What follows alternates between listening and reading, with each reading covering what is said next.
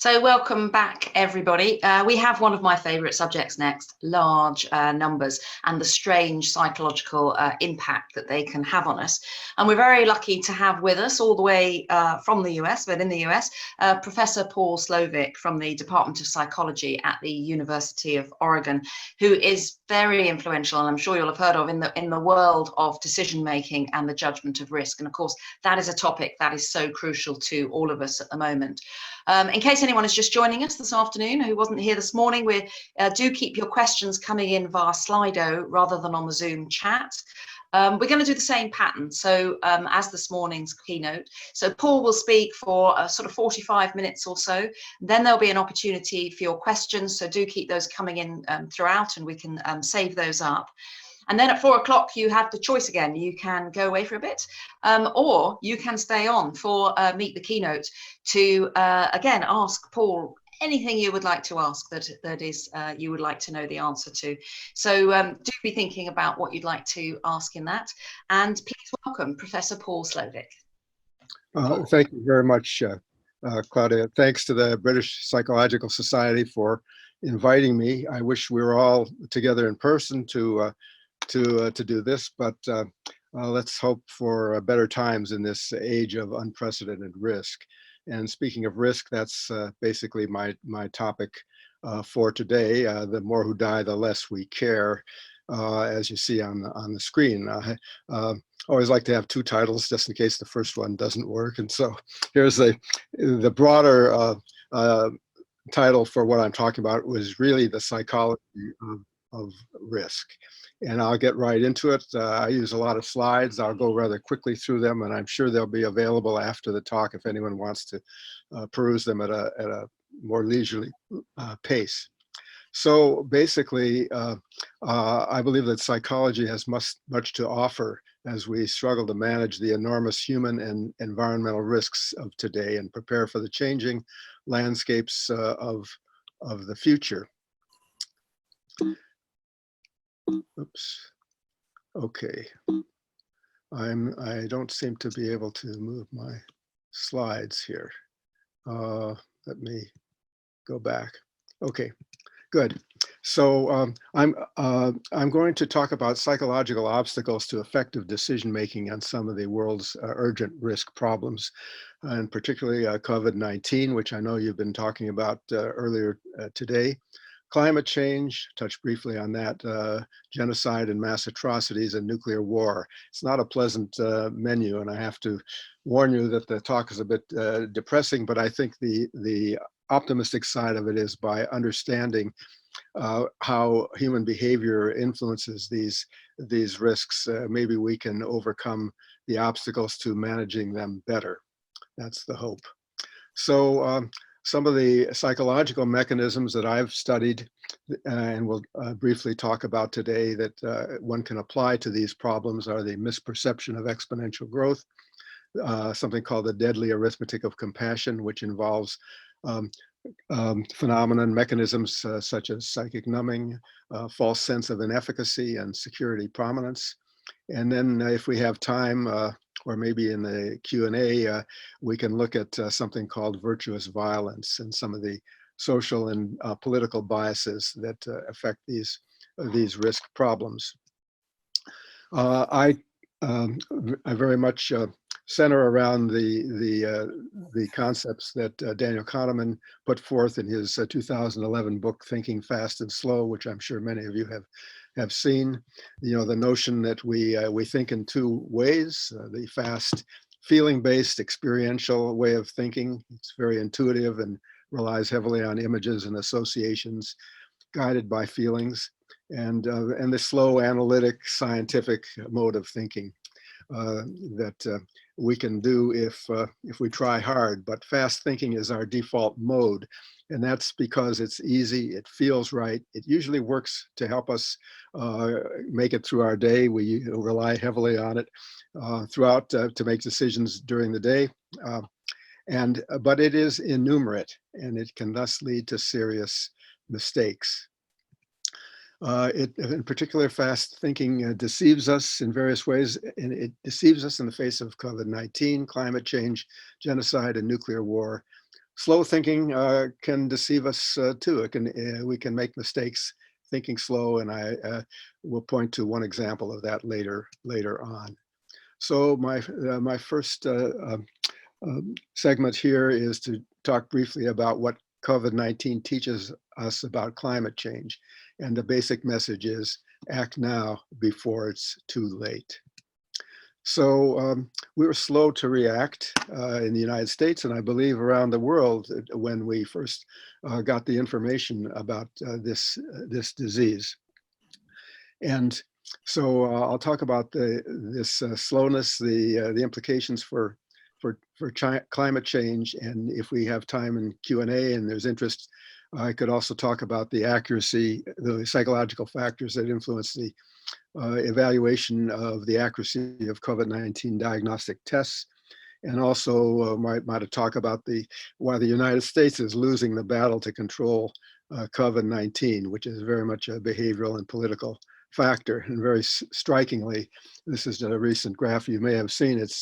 It's quite shocking, I believe, and quite to the credit of those in the European Union. We started out kind of at the same place, the United States and the European Union. You see what happened over a several month period. The European Union seems to have gotten this under control quite a bit better. And the United States is not only not controlling it, we're actually going in the opposite direction. Quite a shocking trend. So as you probably, if you've been following the talks during the day, I'm sure it came up that COVID-19 spreads exponentially. And that happens when each person infects more than one other person. This illustration reflects what would happen if each person infected two others. So you see it goes 2, 4, 8, 16, 32, and 5 generations down the line, there's 64 people who have been infected starting with that one. That's the exponential growth. And here's a question for you. Suppose that these coronavirus cases are increasing as indicated below for 5 consecutive days. So on day 1, there's 3 cases. On day 2, there are 7. Day 3, 20, day 4, 55, and day 5, 148. At this rate of increase, how many cases will there be on day 10? So I'll take a glass of water while you make a quick calculation.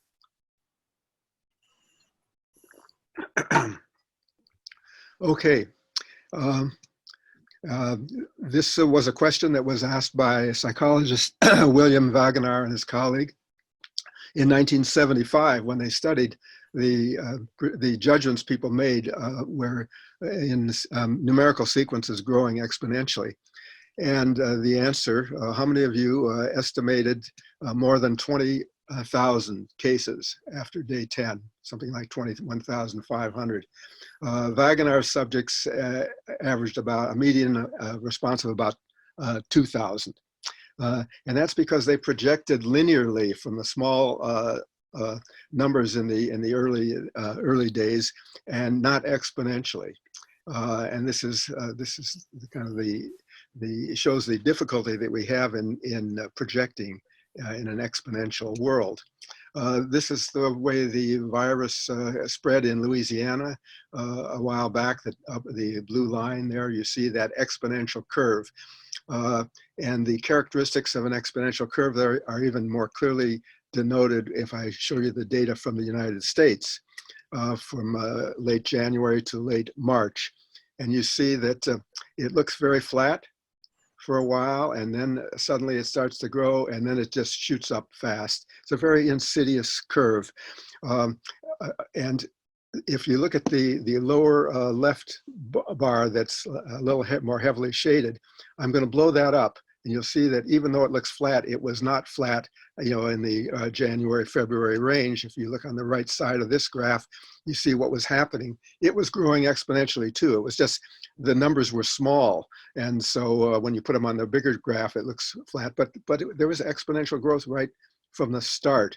And the insidious thing about an exponential growth curve is everything looks fine until suddenly it's not. some examples again of the speed of the exponential change. In this headline, it says it took 3 months to reach 100,000 cases worldwide. The second 100,000 took only 12 days. So it kind of slumbers along and then it leaps out and overwhelms you. So what Wagoner and others, psychologists, found in the 1970s was that fast thinking doesn't understand exponential growth. And everything looks fine until suddenly it isn't. Most of the world acted too slowly and hundreds of thousands of lives were lost. And we needed to listen to the experts who understood exponential growth and warned us to act fast and cut off the spread of the virus. The earlier you act, the more effectively you can stop it. This graph, the upper curve shows kind of what happened in the United States. By May 3rd, 65,000 deaths. This is the deaths. The estimates were if we had acted 1 week earlier to shut things down and social distance and wear masks, it would have been 29,000 instead of 65. And if we had acted 2 weeks earlier, it would have been 11,000 by May 3rd, not 65. So it shows the importance of acting fast and cutting off the spread of an exponential process. So now let's turn to climate change, because climate change and its damaging impacts also happen exponentially. And so we can learn a lesson from COVID-19.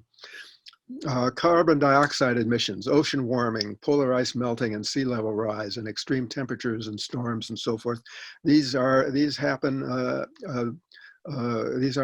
increasing exponentially. And we're still on the relatively flat part of the curve when everything basically feels okay for most of us.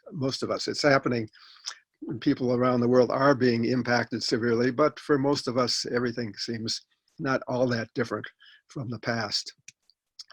Here's a graph from showing the melting of the ice in Antarctica. It's not growth, but rather a decline here of the ice pack, and you see that it was declining. Well, not real flat at the beginning, but the steepness of the yearly loss is increasing exponentially, and of course that can't go on forever. We're going to run out of ice, but you see that it's happening in that way. The impacts. So as a result, the Earth's oceans are rising at a fastest rate in the past 28 centuries. Extinction of species are accelerating. Warming is at a pace unprecedented in 1,000 years. And this is, again, the example of the exponential increase of the impacts of climate change.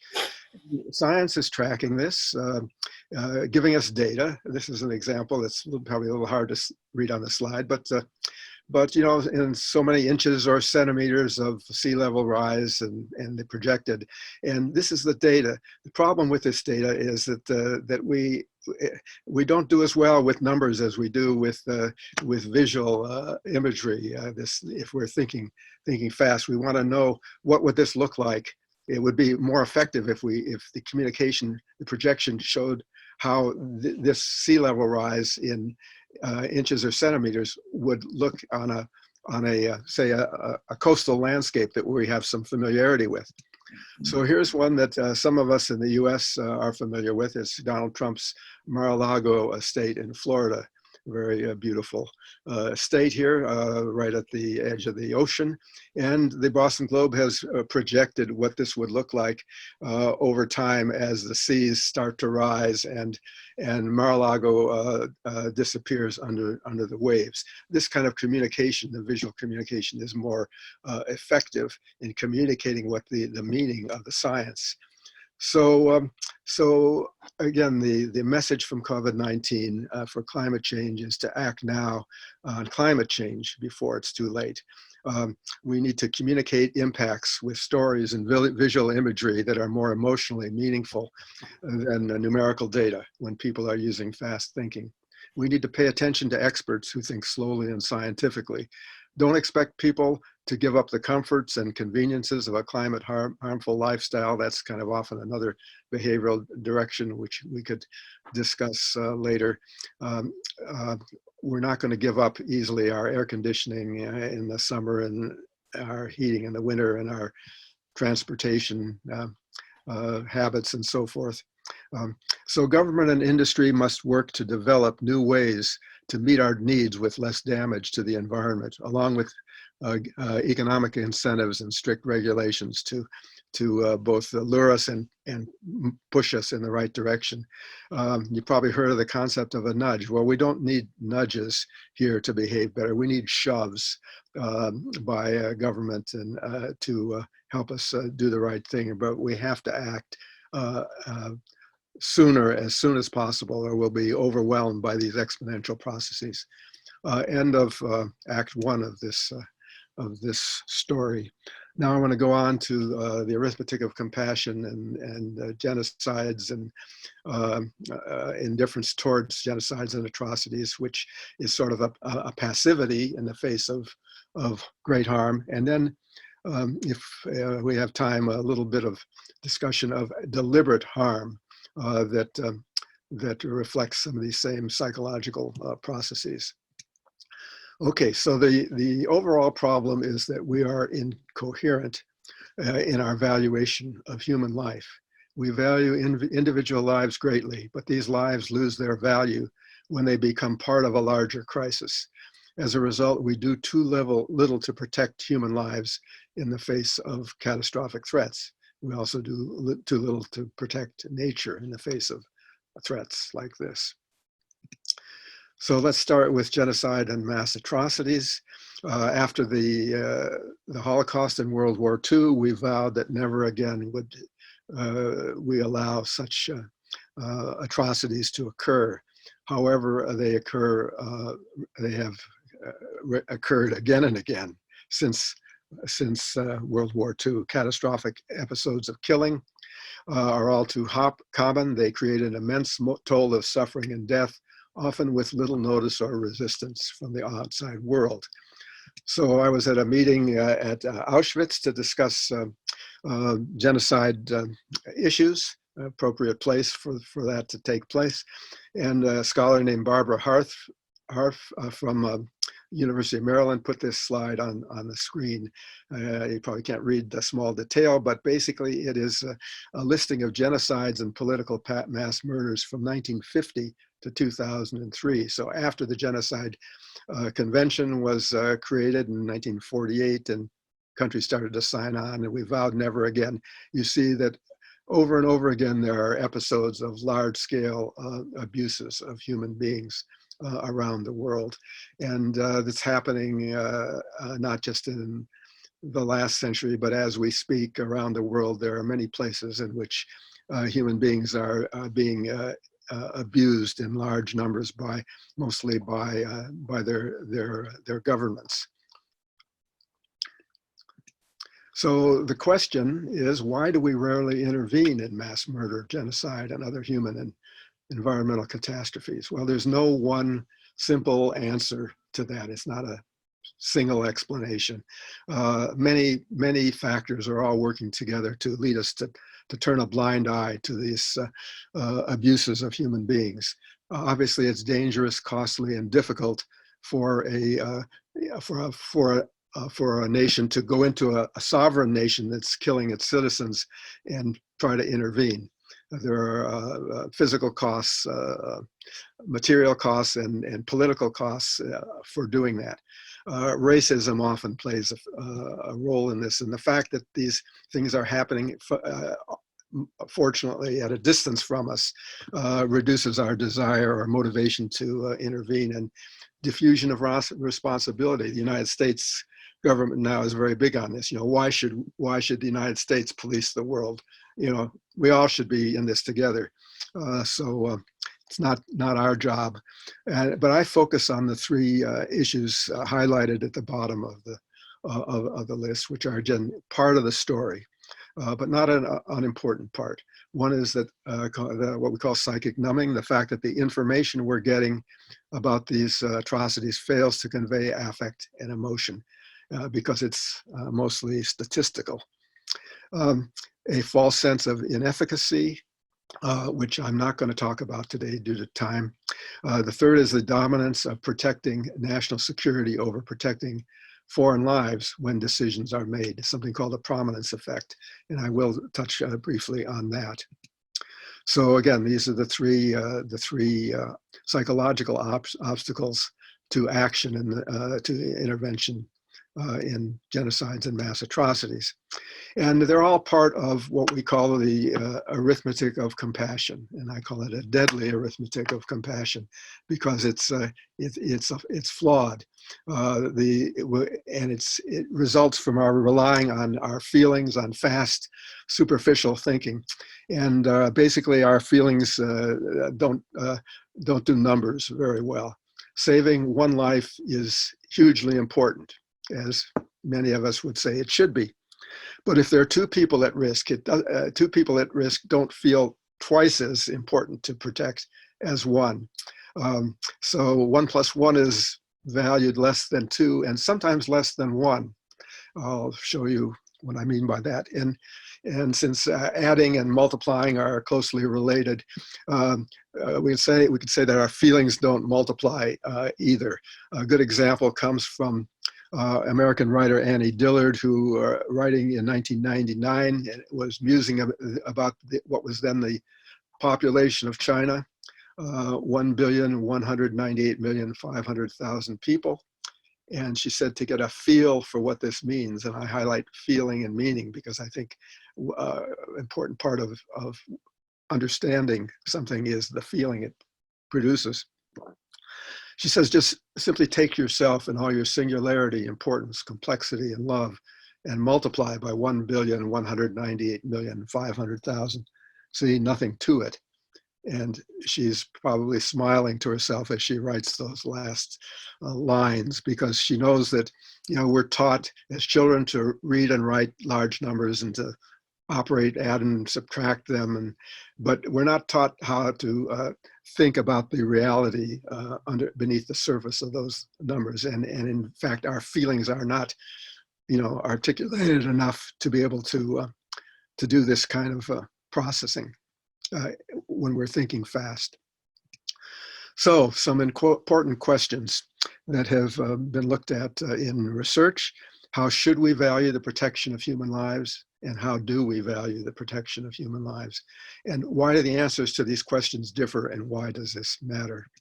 So here are two possible normative models that would address the should question. How should we value saving human lives as the number of lives increases? So on the model on the left is just simply, every life is intrinsically of equal value. So the value of protecting lives increases linearly as the number of lives at risk increase. There's a slight variation on that on the right, which reflects the fact that in some cases there may be a tipping point where the next few lives will lead to extinction of a species, of a society or a species. So the large losses threaten the viability of the group or society or species. Protecting the next lives is even more important than protecting those that came before it. So these are normative models, but our actions in the face of catastrophic threats don't follow either of these normative models. Typically don't follow these because when we're relying on our feelings, because our feelings override our analytic judgments. Our feelings tend to be insensitive to large losses of life. So these two models reflect what data from experiments show, and also it reflects basically what we see happening around us in the world. The first is a psychophysical model, that the very first life is the most important, and the second isn't twice as important as the first, and eventually it flattens out. Even though the first life is very important, one life is very important. If I tell you that there are 87 people at risk and suddenly I say, oh no, it's 88, you won't feel any different hearing that it's 88 lives at risk than 87. The feeling system isn't capable of that level of sensitivity. But it's even worse, the fact that, you know, on the left we see a loss of sensitivity as the lives at risk increase. But in some cases, we actually start to lose sensitivity, lose feeling, and the evaluation decreases as the numbers increases, sort of a fading or collapse of compassion when large losses of life occur.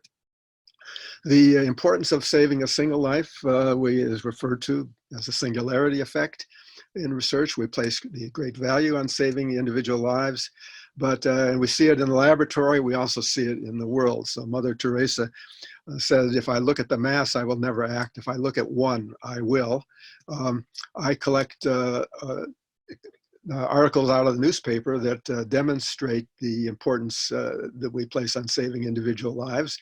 In this article, the man on the left was driving a truck and it went off the road and went into the pond of water you see in the background. The man on the right was driving by, he saw it happen, he jumped into the water and rescued this man at some risk to his own life. It happens all the time. Doesn't even have to be a human that we will heroically rescue. There was a dog that was on a ship in Hawaii. The ship had engine trouble and they got the people off and then they forgot about the ship. It kind of drifted away, and then they realized there was a dog on board the ship. This was in the Pacific. It took them a while to find it. They spent $300,000 to find the ship and rescue this single dog. Individual lives matter. Opposite singularity is psychic numbing, illustrated by the long list of genocides and atrocities I just showed you a while back. But you know, especially noteworthy was the Rwandan genocide in 1994 as an example of this. 800,000 people were murdered in about 100 days, and the world knew about this, watched it, and basically did nothing to stop it. So in a sense, we've known this for a long time. There's a lot of quotations that reflect this. This one is attributed to Stalin, may not have been him, but the sentiment, I think, reflects accurately the psychology. One man's death is a tragedy. A million deaths is a statistic. Another one saying we hear is, statistics are human beings with the tears dried off.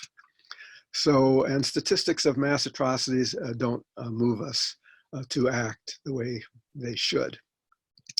So in the Syrian war started in 2011. By February 2012, the citizenry was crying for help as the government was assaulting them. As the death toll grows in Syria, so do desperate pleas for help. You know, what's the world waiting for? This Syrian asked, you know, for us to die of hunger and fear. This was February 2012. If we look at what happened after these pleas of help took place, this graph shows it. So the arrow points to the time at which that plea for help came. There were about 15,000 people who had been killed by the government, murdered by the government at that time. You see that it did not stop. It went relentlessly upwards to 250,000 by September of 2015. And then something changed briefly overnight. You may remember it. It was this photograph of the little boy on the beach. He and his family were fleeing from Syria, trying to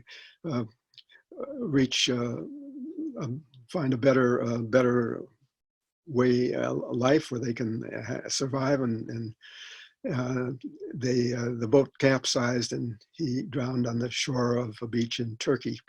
The photo went viral worldwide, had a big impact. You might want to see an analogy here between the photo of George Floyd in the United States recently, which which also woke us up in a different way. But my colleagues and I studied the impact of this figure. First, we looked at searches on Google for the keywords Elan, which was the boy's name, Elan or Alan. The search for search term refugees and under Syria, and you see there was no interest in refugees or Syria until the photograph came out, and then you see the spike in interest in searches. But perhaps more importantly than Google searches is behavior. One of my colleagues was Swedish. Sweden took in 150,000 Syrian refugees in 2015 and set up a fund in their Red Cross to raise money to help care for these it's actually 160,000 refugees. And we looked at that fund before and after the picture, and here's what it looked like. The donations jumped 50-fold overnight after that photograph came out, and they stayed elevated for some time and gradually dampened out. And then a few months later, the plight of the Syrian people and refugees was no better than it had before. People ran out of things that they could do. Our governments didn't seem to know what to do either. So the message here is that an image like this can wake us up. We should have been acting on the statistics, but it took an image, but an image could do it. And then it gives a window of opportunity when you're emotionally connected to the cause. You want to act. If there's something you can do, like donating to the Red Cross, you do it big time. And then you say, well, what else can I do? And if you can't think of other effective things to do, then it dampens out. Why make yourself miserable concentrating on something that you feel you have no ability to change? Hopefully with institutional racism, we will have a longer attention span and more effectively deal with that. So laboratory experiments demonstrate numbing and compassion collapse. And like, I'm not going to spend a lot, I don't have the time to go into these in details. I can just kind of hand wave at them. The early study was on the psychophysical, psychic numbing. It took place right after the genocide in Rwanda, where those who escaped the genocide ended up in large camps on the border between Rwanda and what was then Zaire, it's now Chad, and they began to suffer from cholera due to lack of clean drinking water. And so this article in the newspaper served as a stimulus for developing some scenarios for research studies. So we developed a study that said, supposing you're a minister of a neighboring country, you want to help the people in the camp, you have enough money, you can send pumping and well drilling and pumping equipment to the camp to keep 4,500 people in the camp with clean water and hopefully alive. Would you do it? And we varied the size of the camp. In one group, we said there's 250,000 people in the camp. You can keep 4,500 people alive. The other, we said there's 11,000 people in the camp. You can keep 4,500 people alive. Would you do it? And you would probably, if I asked you to guess what the result, you'd probably guess correctly that participants were more willing to send clean water to save 4,500 lives in a camp of 11,000 than to send water to save 4,500 in a camp of 250,000. It's the same 4,500 people, but it doesn't seem as effective in the big camp as in the small camp. And that's very much fitting with this curved psychophysical function, going from 250,000 people at risk to 245,000 something. Doesn't seem like any big deal. It's on the flat part of the curve. But going from 11,000 to 6,500, it cuts it almost in half and seems much more important. But it's the same 4,500 lives. So one can question that. Okay, so that's the flat part of the curve on the curve on the left that we're looking at. But what about the collapse notion? Well, again, we see that in experiments. A very well-known one by Tehila Kogut and Ilana Ritov looked at this. They asked people to donate for children being treated for cancer, and they showed a picture of 8 children or or a single child. And the treatment costs were said to be the same. Would you donate? How much? And the donations were only half as great when there were more than one victim at a person at risk. Replicating this and extending the study, we find that decline in feelings and attention and response may begin as early as 2 people in need. It's not as easy to concentrate and to emotionally connect to 2 people as it is to 1. Not that it's gone, but it starts to decline at the number 2. So that's the psychic numbing part of it. There's another problem here, and that's related to slow thinking, and that is faulty. So even slow reasoned decision making requiring trade-offs can be severely biased, causing our actions to contradict our stated values. This is something called the prominence effect that I first got an inkling of in a paper I published in 1975, although the data were collected in 1961, believe it or not. And I was slow to publish. I didn't rush to publish. And Amos Tversky and Shmuel Satat joined in on this in 1988. We named this phenomenon the prominence effect. And basically the notion here is that choices and decisions where you've got trade-offs, conflicting objectives, value prominent dimensions extremely highly because of the need to justify or defend such actions. So if you state your values for something, you usually don't have to justify why you value something. But if you choose in a certain way that privileges one value over another, you usually often have to defend it.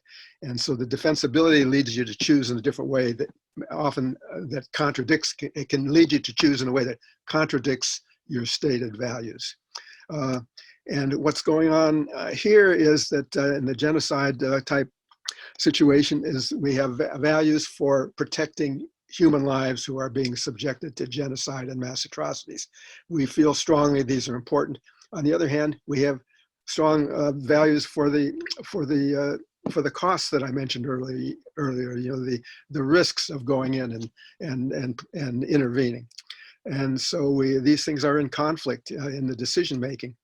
And what we find is that when humanitarian life-saving and national security seem to conflict, we don't intervene to prevent genocide or mass atrocities, no matter how many thousands or millions of lives hang in the balance.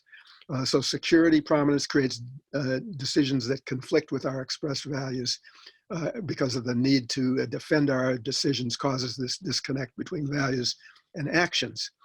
I think psychologically, this is related to attention, which is obviously a limited resource, and we simplify complex trade-offs by focusing on prominent objectives and choosing to obtain them. It's like prominence is like an attentional spotlight, and non-prominent aspects are neglected, out of sight, out of mind. Here's kind of the visual. You've got this weighing of security issues versus humanitarian issues, and the weighing is non-compensatory. That is, as the number of lives increase, it doesn't tip the balance towards security. This is this attentional spotlight notion. So the lives just are forgotten about. It's not that we are deliberately saying their lives do not matter, but our actions imply that their lives do not matter. Here's an example from Barack Obama's tenure. And the Syrian issue, the story says, while acknowledging very real and legitimate humanitarian interests in Syria, at the time of this story, 80,000 people had been killed and millions had lost their homes. Obama recently said his bottom line has to be what's in the best interests of America's security. And we did much too little to try to intervene in those atrocities. So in the last few minutes, I want to switch to yet another difficult topic, the nuclear weapons. And I have a recent paper called The Caveman and the Bomb in the Digital age, which I will just very briefly summarize, but it brings again to bear these same principles of psychic numbing and security prominence. And if we think about the numbing issue, one of the main messages of this paper is that decisions to use nuclear weapons cannot be rational, as they will unleash immense consequences that we are unable to comprehend. If we start to lose sensitivity and feeling with the second victim, how can we contemplate an act which will kill millions of people? And how can we rationally weigh the benefits of some military action against these costs if we cannot comprehend the costs? Seems a very basic question, an important question that comes out of the research and other observations. So, and it's not that we're not aware of this at some level. Albert Szent-Györgyi was a Nobel Prize-winning biochemist who in his later years became concerned about nuclear war. And he says, "I'm deeply moved if I see one man suffering and would risk my life for him.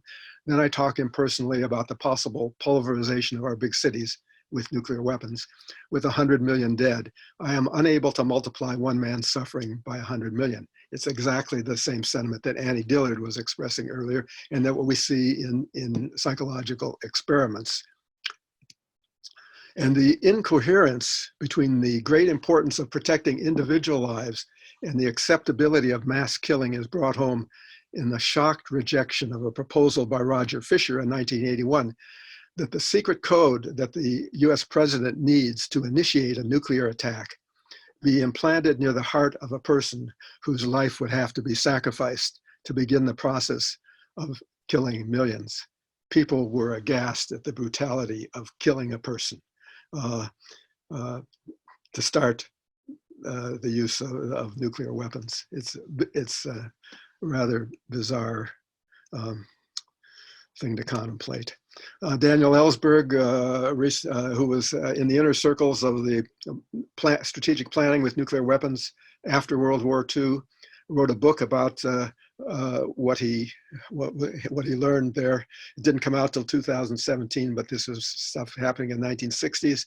He said that after World War II, US planners had turned their sights on the Soviet Union and China, and they had bombs all programmed, ready to be launched that would, if all launched, kill more than 600 million people in those countries. 100 holocausts, he said. And as Ellsberg read that information on a secret document he was given, he says, "I remember thinking this piece of paper should not exist. It should never in the course of human history have come into existence. It depicted evil beyond any human project that had ever existed. There should be nothing on earth, nothing real that it referred to." Well, unfortunately, there is something like that. And 50 years later, a paper in the Bulletin of the Atomic Scientists by Blair talked about our targeting plans today. Same thing. Today, the nuclear deluge would consist of thousands of weapons, each 10 or 20 times more deadly than the bomb dropped on Hiroshima.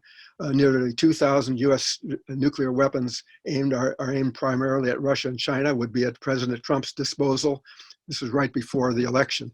From his first minutes in office, the city of Moscow alone lies in the bore sites of more than 100 nuclear warheads.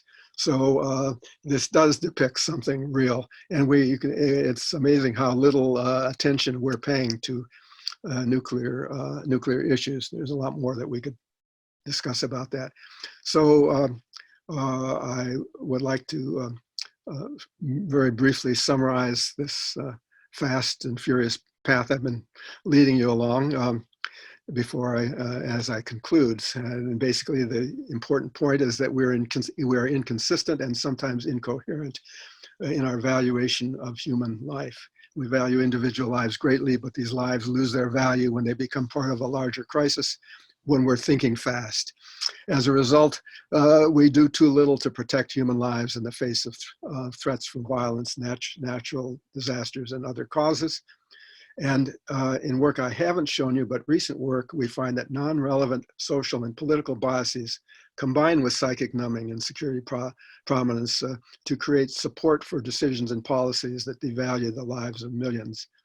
And that understanding, psychological understanding of the strengths and weaknesses of fast and slow thinking is a necessary first step for valuing lives humanely and improving decisions. So we have a website devoted to these issues titled The Arithmetic of Compassion. I encourage you to visit it if you're interested. And thank you very much for the opportunity to speak with you. I've listed upon some topics because I felt I went too fast and didn't discuss them adequately. Feel free to ask questions about that or anything else that you want to talk about with regard to this. And I'm right on time. Thank you. Very impressive timekeeping there, Paul. Thank you so much for that. And you did manage to pack an enormous amount in. And we have all sorts of questions coming through already, which is great, and lots of really good questions there. I want to start by asking you one, though, which is that you've taken us through all sorts of doom and gloom there, as you said you would. You did warn us you would. But you also said right at the beginning that despite all this, you're optimistic.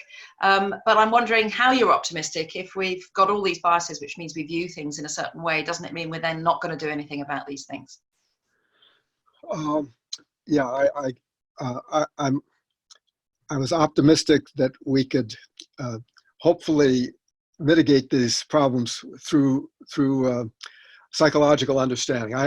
I'm not optimistic overall. We have to really get our act together, or things are not going to be good. But what is the good thing is we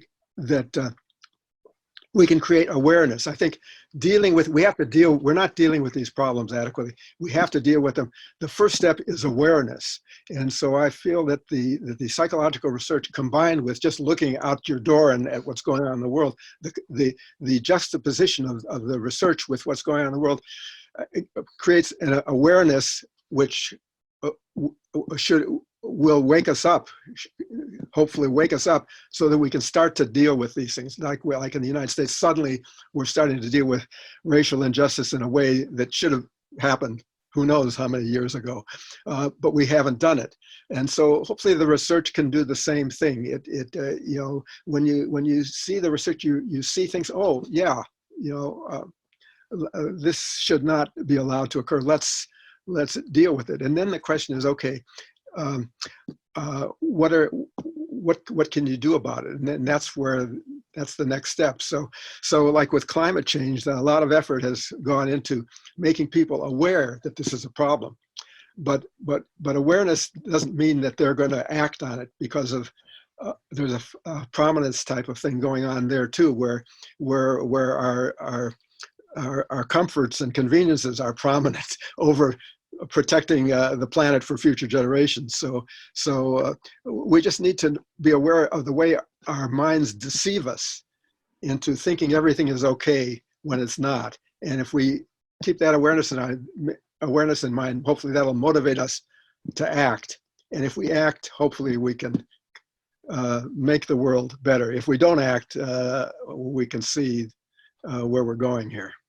Well, we have a really interesting question related to that, which is saying that could we realistically live, especially in these, you know, difficult times, without having this cyclical numbing? Because don't we have to have that in order to be able to carry on? You know, isn't it impossible to feel the pain and the grief of, you know, every single death that there's been from COVID today or yesterday? Don't we have to become a little bit numb in order to be able to carry on with our day? Well, the origin of psychic numbing, it's not in our work. It was with Robert J. Lifton, who used it to explain how after the atomic bombings in Japan, the rescue workers and aid workers could go in that carnage and function in the midst of all this horrible impacts on humans. So it was beneficial to turn off your feelings.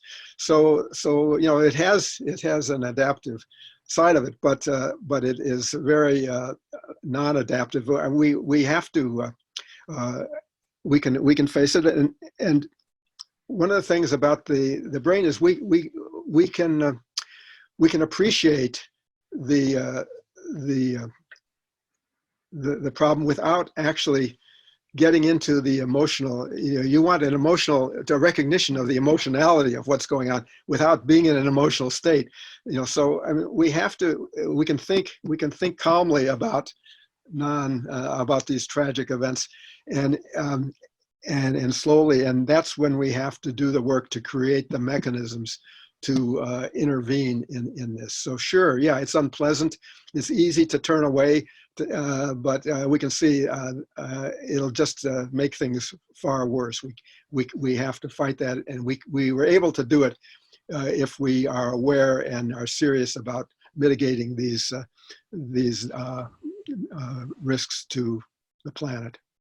Well, on a linked question there, also on psychic numbing, somebody asks, could psychic numbing explain why the British people, and I guess this could apply in the US as well, aren't rising up against their governments to, say, complain about how things have been handled when they see that there are lower figures in other countries for the number of deaths from COVID-19? Is the psychic numbing explaining why there aren't people, demonstrating about that? Yes, because we are getting daily the statistics, and they're going up. Well, when numbers go up, we can't appreciate a bit of the meaning. That is, when we see a single number, it's just a number. If we see it rising, that's a cause for alarm. But over time, we get used to that. Again, we don't see the reality underneath the surface of those numbers unless we know someone, or it's close at hand to us. So for people who are in areas where there is a high incidence of the virus, they are quite disturbed and are following the guidelines and really quite worried about this. But if we feel that we're at some distance, that it's happening over some other place, and then again, it's everything looks okay, because you look outside, it's a beautiful day. You don't see it's invisible. So yeah, I mean, we should not be tolerating in the United States what's happening. We have not control. We are not at all controlling the virus, and a lot of this is political. Clearly, that our leadership has felt that it is better to deny this and open up the economy rather than to worry people about it, and it's not going well. So somebody asked, in order to get the message over, should we use visual rather than numerical data to get the public to respond? And they suggest maybe adverts created using computer simulations. And I was struck by the graphic you had there of Trump's estate and what might happen if that was inundated with water. Should there be more visual representations of things if we find the numbers so difficult to understand? Absolutely. I think it's a very clear message, and not so much on Trump's estate, which I think is, again, we're not.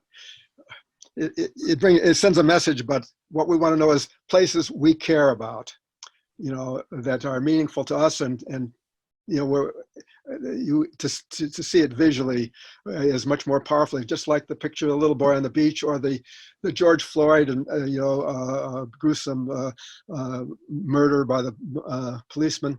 I mean, the images are so much more powerful than the data and the statistics, that they have to be employed, and they can be. We have the technology. I mean, everyone's carrying around cell phones, and we also have the way to digitally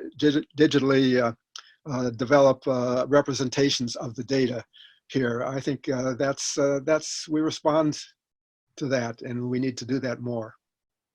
And you said that we respond differently to, say, one person who's died to a bigger number.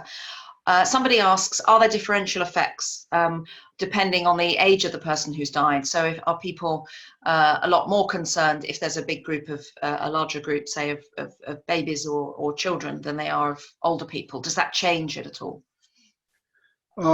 Yes, and of course that will be different individual to individual, and also in cultures. Some cultures have more respect for the elderly than other cultures do. And clearly, children are important. They are not. They're more helpless, and we're more responsible to taking care of them because they're children. They can't care for themselves. So again, there's a sensitivity to children. We find, I think, in the United States that since a very high percentage of the deaths due to COVID-19 are in nursing homes, that may have been a factor. There seems to be a callousness towards allowing people in nursing homes to die. We're also seem okay with sending people who are not like us back to work to do the work that give us the things that we need, even though they may not be adequately protected from this. So there are a lot of ways we look at other people and tolerate harm to them that are not really justifiable. So a member of the audience is asking, what are the strategies that we can use to convince policymakers, say politicians, to deal with these phenomena that we see of statistics and numbers, and how people don't necessarily, how we don't necessarily understand those the right way? How do we convince policymakers about that? Well, I think it's important to join organizations that can amplify your voice. Again, there's this question of efficacy. What can you do as an individual versus what can you do if you're part of an organization? We've seen the organizations like that are animal welfare organizations, for example, have had a political impact by joining people together who care about the treatment of abuse of animals, and then being politically forceful in the way they and aggressive in trying to defend the lives of animals. We don't seem to have. We need those organizations to defend people in the same way, politically, both through aggressive political lobbying, if you will, and also, of course, voting is critical here. And we find that the violence that we see in the United States that we tolerate is propagated, honestly, more by one party than another. I'm not going to mention the parties, but you can guess. But again, this is a matter. Not once we're awake, we see that it's important to vote for people who will have more humane values. And so we have another question here on how to persuade policymakers. Would it be better for psychologists who are trying to persuade policymakers to change things to use individual case studies then, perhaps, rather than presenting them with data, big data? Are the individual case studies going to be more persuasive? Likely so. You have to have the data, keep the data in the background. I mean, the data shows the magnitude of the problem. It is the reality, but if you focus on it, it won't come through. So we had a study that I didn't mention where we asked people to donate money on behalf of starving children, and we featured a single child as kind of the proxy for that, and a certain percentage of people donated. Then we had a second condition we thought would increase donations. We put data in. We said, this is really a serious problem of starvation. This child is one of millions in her region who are starving, thinking that would enhance the importance of the problem and increase donations. It went just the opposite. The donations dropped in half when you saw this child was one of millions. It didn't feel as good to donate there, and so it went the opposite way. So that shows the risk of data. The data is reality. It should be there, but it can't be too too prominent, or it cuts short the emotional connection that you need to motivate action. We will pause there for 1 second, but don't go anywhere. So that is officially the end of this part of the question and answer session. So you now have the option to go, well, obviously you had the option all the time, but you have the option to go away and join us again at 4:30. But Paul has kindly agreed to stay on for a Meet the Keynote, where you can ask him broader things if you like, or more things on these topics or other things as well. So do stay and watch that. If you are leaving us now, please do fill in feedback on Slido, because that would be great, and we will see you again at 4:30. Paul, here's an interesting question that's more about researching this area, which, as you said, is such a difficult area with so many difficult topics to look at. And somebody wants to know, have you found it difficult researching this area when you are researching things like, attitudes towards deaths and genocide and all sorts of traumatic things? Do you have any tips on dealing with the stress of looking at a difficult area? I guess I'm able to do this. Perhaps if I was doing this clinically, it would be more difficult, because then I would be dealing with people and not statistics. So I use slow thinking. But I'm thinking about populations and species, and the large, and so there's a distancing there. I mean, through slow thinking, I understand the importance of it, but I'm not caught up in the emotionality of that would take place if I was working with individuals. So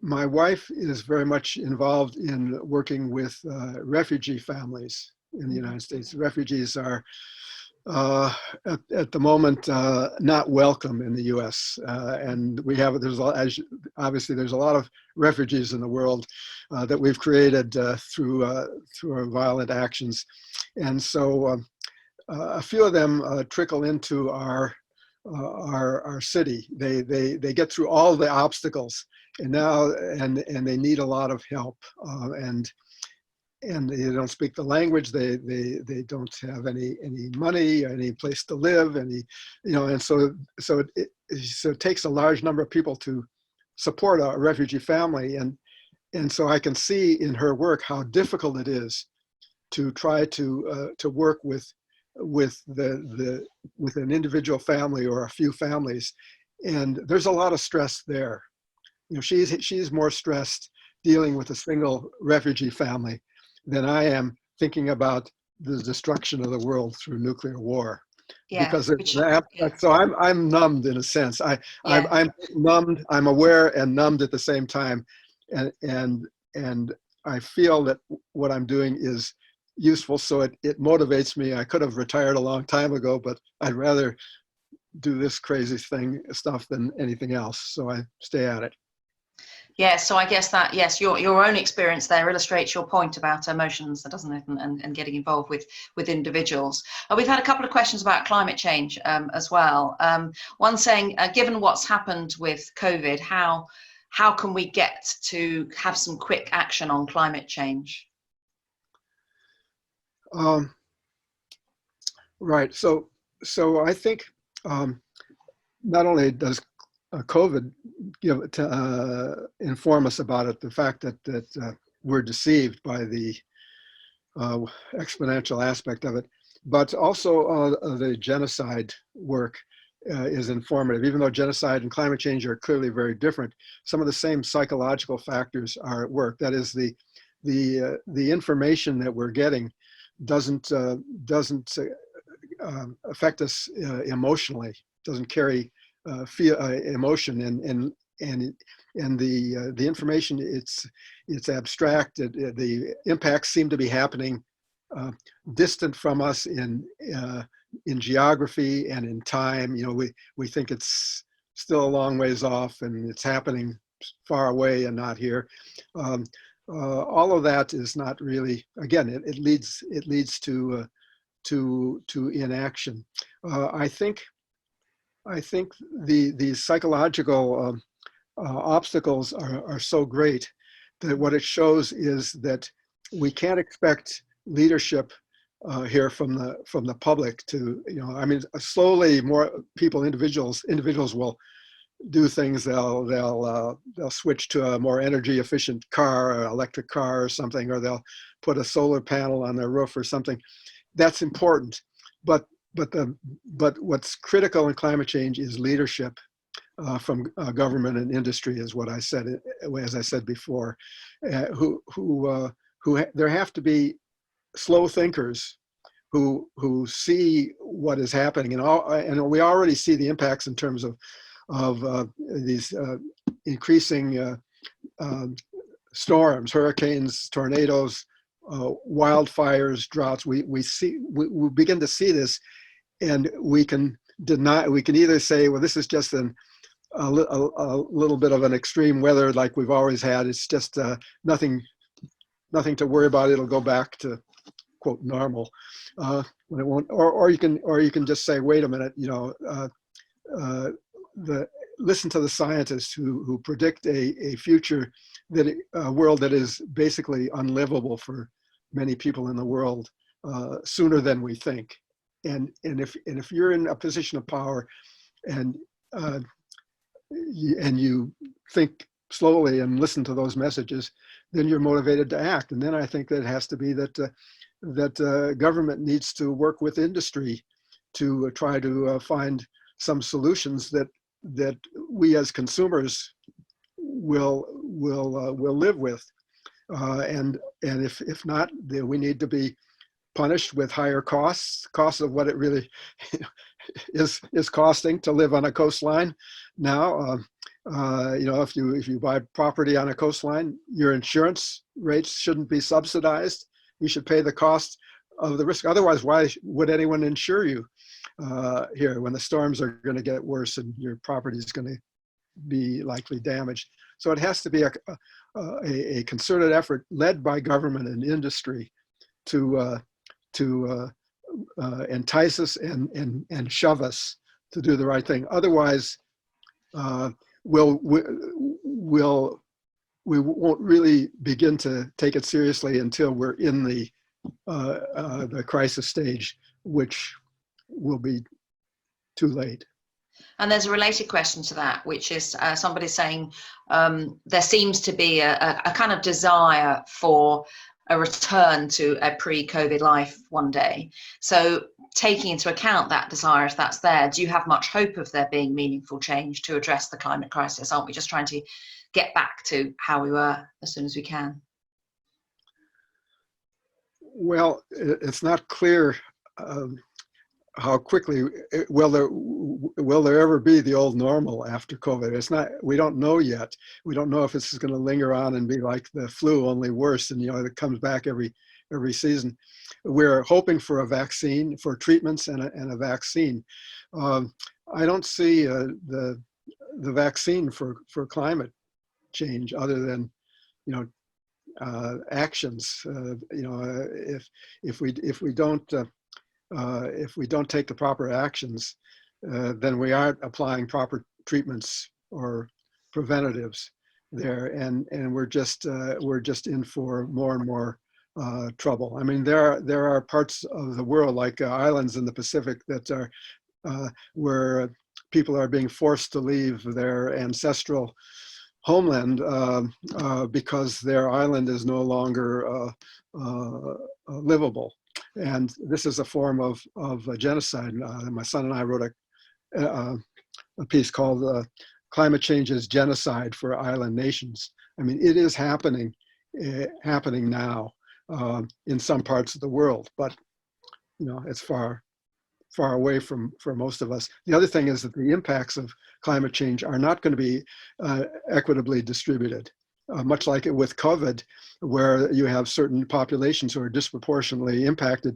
Same thing with climate change, which will impact people in the southern hemisphere, countries that have fewer resources to deal with it may likely be impacted more than the wealthier northern nations of the world. Not that we're all not going to be impacted, but but if you're wealthier, you can buffer yourself more than others. So that's another thing that connects both COVID and climate, and also obviously the genocidal kinds of things, is the power and the wealth inequities there. Now, of course, sometimes people do care about big things happening and go to enormous lengths to try to stop it. And a member of the audience asks, if we value mass death less than a single death, then how is it that natural disasters such as earthquakes usually do lead to mass donations? You know, lots and lots of people might die there or be injured there, and lots of people do give. With earthquakes, well, there is a response right afterwards. Clearly, it's very dramatic. It is, even though there's a lot of people who might be affected, I'm tempted to say it shakes us up, but that's a terrible pun. Earthquake is a frightening thing, and it draws attention, and then it fades away. I think we probably underprotect in the regions that are on fault lines. We need to do more to protect buildings and in various ways than we're doing.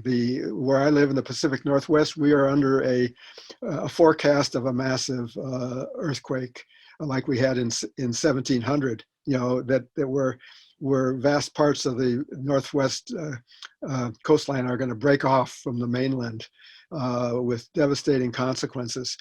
And as I said, something like that, we had a big quake in 1700, you know, and no one's doing much about this. We're told to prepare, to stock food, to stock, you know, no one's doing anything about it. We accept risks from nature that we wouldn't accept if humans were doing this to us purposely.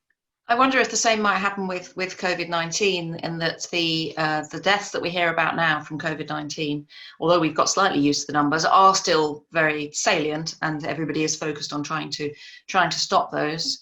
We also know that there will be more longer-term deaths, you know, down the line from increases in inequality, from the long-term effects of unemployment if there's a huge recession, or the effects of perhaps us all, you know, being at home and putting on weight, and the effects of that in the long term. That there might be all these other deaths as well that we don't see and don't pay so much attention to because they're further away.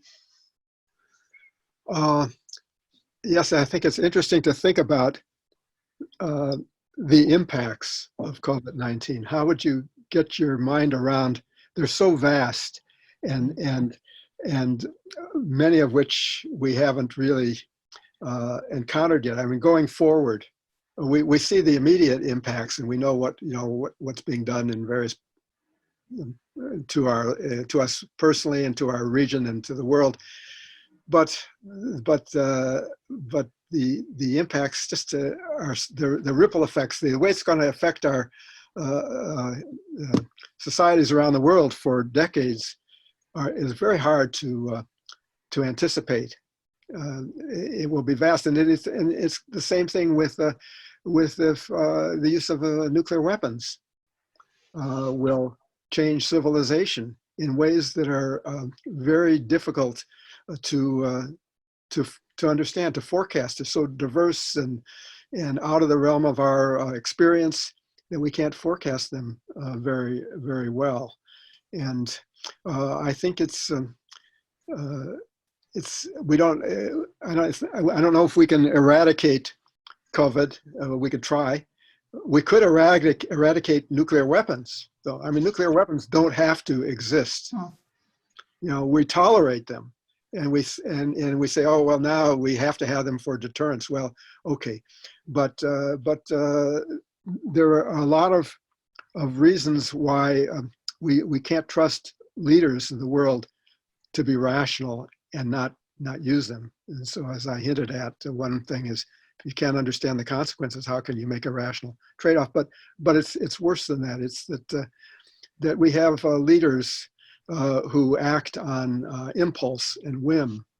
who aren't thinking about the future, who just maybe have weapons and act on anger or other emotional factors. If they feel threatened, then they all they have to do is give the order.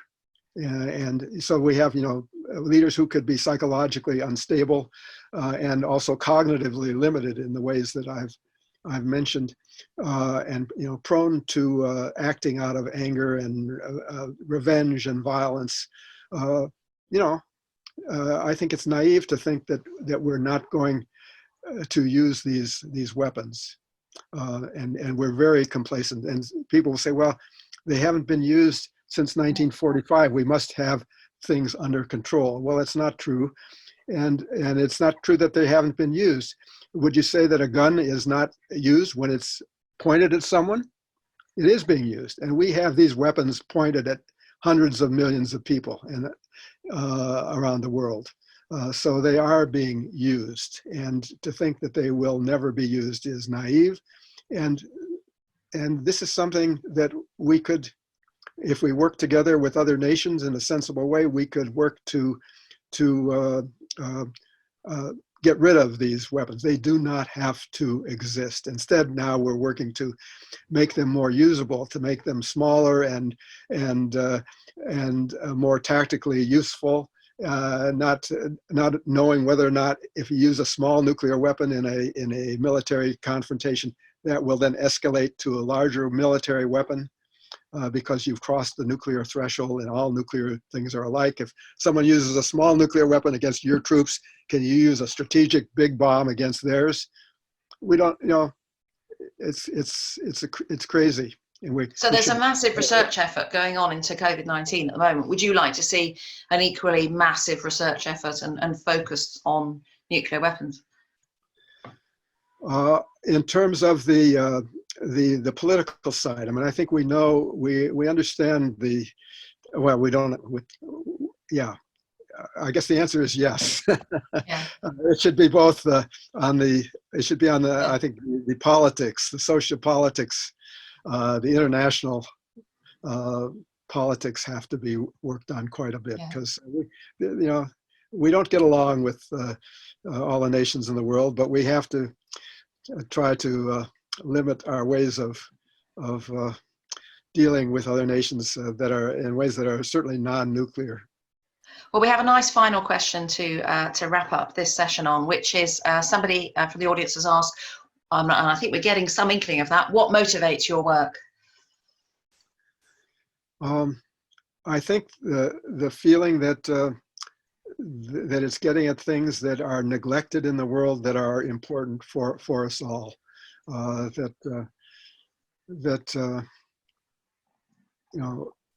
care about individuals, and I realize that when many people are suffering as they are in the world, we need to care more and work at it. And I've been fortunate to be able to work as a psychologist in research for over 60 years. I think that I and others who work in the field of judgment and decision making and risk have learned things that need to be applied more to make the world safer and more humane. That's what motivates me. Yeah. Very good motivation there, I think. So that was absolutely fantastic, and thank you for answering so many of people's questions there, and thank you for a fantastic talk as well. So it's thank you very much to Professor Paul Slovic for that. Do enter your feedback if you're watching at home on Slido, and we will be back again at 4:30. There are all sorts of exciting things to come, including the presidential address, which is sure to be fun, I think. So do join us again at 4:30, and thank you very much again to Paul Slovic. Thank you.